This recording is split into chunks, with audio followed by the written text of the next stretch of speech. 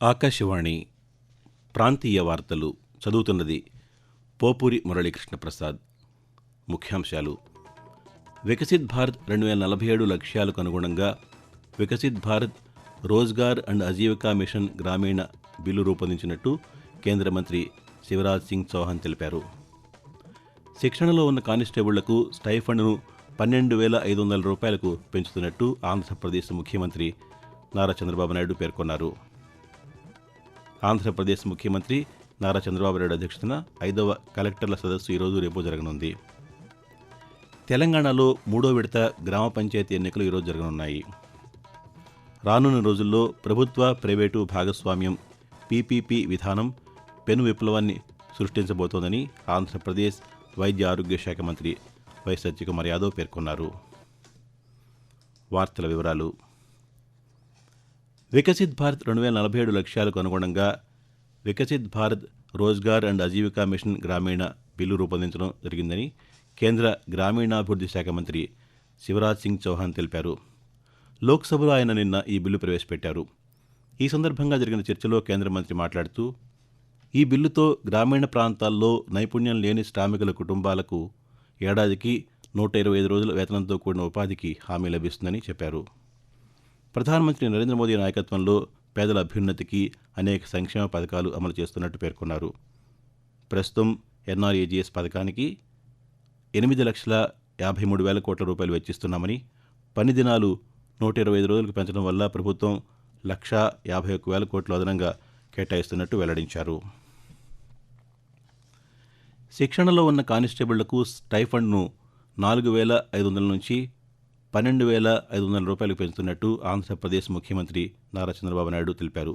గుంటూరు జిల్లా Mangalagiri APSP battalion parade గ్రౌండ్లో నూతనంగా ఎంపికైన కానిస్టేబుళ్లకు నియామక పత్రాలు పంపిణీ కార్యక్రమం నిన్న నిర్వహించారు. ఈ సందర్భంగా ముఖ్యమంత్రి మాట్లాడుతూ, సుపరిపాలన శాంతి భద్రతలతోనే సాధ్యమన్నారు. ప్రజలందరికీ రక్షణగా ఉండే ఏకైక వ్యవస్థ పోలీసు వ్యవస్థ అని ముఖ్యమంత్రి పేర్కొంటూ, ఒక సుపరిపాలన అంటే, సమర్థవంతమైన పాలన అంటే ఎక్కడికక్కడ లా అండ్ ఆర్డర్ ఉండాల్సిన అవసరం ఉంది. లా అండ్ ఆర్డర్ ఎక్కడ ఉంటుందో అక్కడ ప్రజల్లో ఒక భద్రత ఉంటుంది. అందరూ ఆనందంగా సుఖ సంతోషాలతో ఉన్నారంటే, వాళ్ళ ఆస్తులు భద్రంగా ఉన్నాయంటే, బయట పోయిన వాళ్ళు తిరిగి ఇంటికి సేఫ్ గా వస్తున్నారంటే మనకందరికీ రక్షణగా ఉండే ఏకైక వ్యవస్థ పోలీసు వ్యవస్థ. దానికి కారణం అందులో పనిచేసే పోలీసు సిబ్బందే కారణం అని చెప్పి మరొకసారి తెలియజేస్తున్నారు. అనంతరం ఉప ముఖ్యమంత్రి పవన్ కళ్యాణ్ మాట్లాడుతూ, పోలీసు శాఖలో కానిస్టేబుళ్లు మూలస్తంభాలని పేర్కొన్నారు. క్రమశిక్షణ, నైతిక విలువలు పోలీసులకు చాలా కీలకమన్నారు. కాకి డ్రెస్ సమాజానికి రక్షణ కవచంగా ఉండాలని వెల్లడించారు. రానున్న రోజుల్లో ప్రభుత్వ ప్రైవేటు భాగస్వామ్యం పీపీపీ విధానం పెను విప్లవాన్ని సృష్టించబోతోందని ఆంధ్రప్రదేశ్ వైద్య ఆరోగ్య శాఖ మంత్రి వై సత్యకుమార్ యాదవ్ పేర్కొన్నారు. రాష్ట్ర సచివాలయంలో నిన్న నిర్వహించిన పాత్రికేయుల సమావేశంలో ఆయన మాట్లాడుతూ, ప్రజారోగ్యాన్ని, విద్యార్థుల శ్రేయస్సును దృష్టిలో ఉంచుకుని 10 వైద్య కళాశాలలను పీపీపీ విధానంలో నిర్వహించాలని ప్రభుత్వం నిర్ణయించిందని తెలిపారు. నీతి ఆయోగ్ ఈ విధానాన్ని అమలు చేయడంలో ఇబ్బంది లేదని స్పష్టం చేసిందని పేర్కొంటూ, ఏదేమైనా ఈ 10 కళాశాలని పీపీపీ మోడల్లో నిర్మిస్తాం. ఒక నాణ్యమైన వైద్య విద్యని, మెరుగైన వైద్య సేవలను కూడా రాష్ట్రంలో ఖచ్చితంగా అందిస్తాం. నిర్వహణ మాత్రం వాళ్ళు క్యాపిటల్ ఎక్స్పెండిచర్ కానీ ఆపరేషన్ ఎక్స్పెండిచర్ కానీ వాళ్ళు చేస్తారు. కొద్ది కాలం తర్వాత మిగతా ఈ పీపీపీ మోడల్లో చేస్తున్న మౌలిక సదుపాయాలు ఏ రకంగా ప్రభుత్వ ఆధీనంలోకి వస్తాయో మెడికల్ కాలేజీలు కూడా ఆనాడు ఆధీనంలోకి వస్తాయి. ఇవాళ సౌలభ్యం కోసం, ఈ ఫ్యాకల్టీ నిర్వహణ కోసం కానీ, లేదా అంత పెద్ద ఎత్తున ఇవాళ ఆర్థిక వనరులు లేమిలో వాటి మీద పెట్టడం ఇబ్బంది అవుతుండడంలో వెంటనే తక్షణం అందించాలంటే ఈ నిర్ణయం తీసుకున్నాం. అనేక రాష్ట్రాల్లో తీసుకున్న విధానపరమైన నిర్ణయం. తెలంగాణలో 3వ విడత గ్రామ పంచాయతీ ఎన్నికలు ఈరోజు జరగనున్నాయి. ఈరోజు 182 మండలాల్లో ఏకగ్రీవాలు మినహా 3,752 గ్రామ పంచాయతీల్లో సర్పంచ్ స్థానాలకు 28,410 వార్డులకు ఎన్నికలు రాష్ట్ర ఎన్నికల సంఘం నిర్వహించనుంది. అమరావతిలోని రాష్ట్ర సచివాలయంలో 5వ కలెక్టర్ల సదస్సు ఈరోజు రేపు జరగనుంది. ఆంధ్రప్రదేశ్ ముఖ్యమంత్రి నారా చంద్రబాబు నాయుడు అధ్యక్షతన జరగనున్న ఈ సదస్సులో సుపరిపాలన, సుస్థిరాభివృద్ధి, సంక్షేమం తదితర అంశాలపై ప్రధానంగా చర్చించనున్నట్టు అధికారులు వెల్లడించారు. వృద్ధి, పెట్టుబడులు, P4 విధానంపై సమీక్షించనున్నట్టు పేర్కొన్నారు. రేపు ప్రధానంగా శాంతి భద్రతలపై చర్చ జరగనుందని తెలిపారు. ఈ సదస్సులో అన్ని జిల్లాల కలెక్టర్లతో పాటు ఎస్పీలు పాల్గొననున్నారని తెలిపారు. ఆకాశవాణి ప్రాంతీయ వార్తలు వింటున్నారు. భక్తుల సౌకర్యార్థం తిరుపతిలో ఇంటిగ్రేటెడ్ టౌన్షిప్ ఏర్పాటు చేసేందుకు తిరుమల తిరుపతి దేవస్థానం టీటీడీ పాలక మండలి ఆమోదం తెలిపింది. టీటీడీ చైర్మన్ బీఆర్ నాయుడు అధ్యక్షతన తిరుమలలో టీటీడీ పాలక మండలి సమావేశం నిన్న జరిగింది. ఈ సమావేశంలో పలు కీలక నిర్ణయాలను పాలక మండలి తీసుకుంది. ఈ సమావేశం అనంతరం బీఆర్ నాయుడు పాత్రికేయులతో మాట్లాడుతూ ముంబైలో 14,40,00,000 రూపాయలతో శ్రీవారి ఆలయం నిర్మిస్తున్నట్టు చెప్పారు.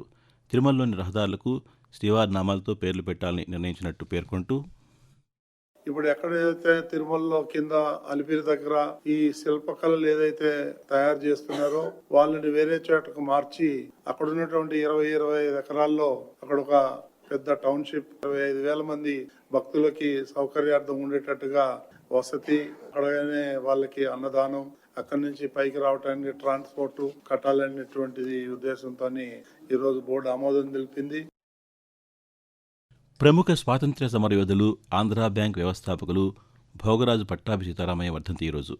1880 నవంబర్ 24న కృష్ణా జిల్లా గుండుగోలను గ్రామంలో జన్మించిన ఆయన గాంధీజీ సిద్ధాంతాల పట్ల ఆకర్షితులై స్వాతంత్ర్యోద్యమంలో పాల్గొన్నారు. స్వాతంత్ర్యానంతరం పార్లమెంటు సభ్యునిగా, మధ్యప్రదేశ్ గవర్నర్గా వ్యవహరించారు. తెలుగు భాషాభివృద్ధికి ఇతోధికంగా కృషి చేశారు. 1959 డిసెంబర్ 17న ఆయన తుది శ్వాస విడిచారు. భారత్ పర్యటనలో భాగంగా దక్షిణాఫ్రికా, భారత్ క్రికెట్ జట్ల మధ్య 4వ టీ20 మ్యాచ్ ఈరోజు జరగనుంది. ఉత్తరప్రదేశ్ రాష్ట్రంలోని లక్నోలో ఉన్న భారత రత్న అటల్ బిహారీ వాజ్పేయి ఏకనాథ్ స్టేడియంలో సాయంత్రం 7 గంటలకు మ్యాచ్ ప్రారంభం కానుంది. రాష్ట్ర వ్యాప్తంగా 3,500 ధాన్యం సేకరణ కేంద్రాల ద్వారా ఇప్పటివరకు 3,96,854 మంది రైతుల నుంచి 25,04,000 టన్నుల ధాన్యం సేకరించినట్టు ఆంధ్రప్రదేశ్ పౌర సరఫరాల శాఖ మంత్రి నాదెండ్ల మనోహర్ వెల్లడించారు. 3,79,538 మంది రైతులకు 5,682 కోట్ల 77 లక్షల రూపాయలను నేరుగా వారి అకౌంట్లో జమ చేశామని ఒక ప్రకటనలో తెలిపారు. వాతావరణం. ఆంధ్రప్రదేశ్ యానంలో దిగువ ట్రోప్ ఆవరణంలో ఈశాన్య తూర్పు దిశగా గాలులు వీస్తున్నాయని అమరావతిలోని భారత వాతావరణ కేంద్రం తెలిపింది. వీటి ఫలితంగా రాష్ట్రంలోని ఉత్తర కోస్తా, యానాం, దక్షిణ కోస్తాల్లో ఈరోజు పొడి వాతావరణం ఏర్పడే అవకాశం ఉందని వాతావరణ కేంద్ర అధికారి ఎల్ నారాయణ పేర్కొన్నారు. కనిష్ట ఉష్ణోగ్రతలు 1-2 చోట్ల సాధారణం కంటే 2 నుంచి 4 డిగ్రీల సెంటీగ్రేడ్ తక్కువగా నమోదయ్యే అవకాశం ఉందని పేర్కొంటూ ఉత్తర కోస్తా ఆంధ్రప్రదేశ్, యానాం మరియు దక్షిణ కోస్తా ఆంధ్రప్రదేశ్లో ఈరోజు పొడి వాతావరణం ఏర్పడే అవకాశం ఉంది. ఇక రాయలసీమలో ఈరోజు తేలికపాటి నుండి మోస్తారు వర్షం 1 లేదా 2 చోట్ల కురిసే అవకాశం ఉంది. కనిష్ట ఉష్ణోగ్రతలు 1 లేదా 2 చోట్ల సాధారణం కంటే 2 నుంచి 4 డిగ్రీల సెంటీగ్రేడ్ తక్కువగా నమోదయ్యే అవకాశం ఉంది. తెలంగాణలో ఈరోజు పొడి వాతావరణం ఉండే అవకాశం ఉందని హైదరాబాద్ వాతావరణ కేంద్రం వెల్లడించింది. ప్రధానమంత్రి నరేంద్ర మోదీ తన మనసులోని భావాలను ఆకాశవాణి ద్వారా దేశ ప్రజలతో పంచుకునే మన్ కీ బాత్ మనసులోని మాట కార్యక్రమం 129వ సంచిక ఈ నెల 28వ తేదీ ఆదివారం ప్రసారమవుతుంది. మన్ కీ బాత్ కార్యక్రమానికి ప్రజలు తమ సూచనలు అందించాలని ప్రధానమంత్రి కోరారు. ప్రజలు తమ స్వర సందేశాలను 18001117800 నంబరుకు ఈ నెల 26వ తేదీ వరకు పంపవచ్చు. ప్రాంతీయ వార్తలు ముగించే ముందు ముఖ్యాంశాలు మరోసారి. వికసిత్ భారత్ 2047 లక్ష్యాలకు అనుగుణంగా వికసిత్ భారత్ రోజ్గార్ అండ్ అజీవికా మిషన్ గ్రామీణ బిల్లు రూపొందించినట్టు కేంద్ర మంత్రి శివరాజ్ సింగ్ చౌహాన్ తెలిపారు.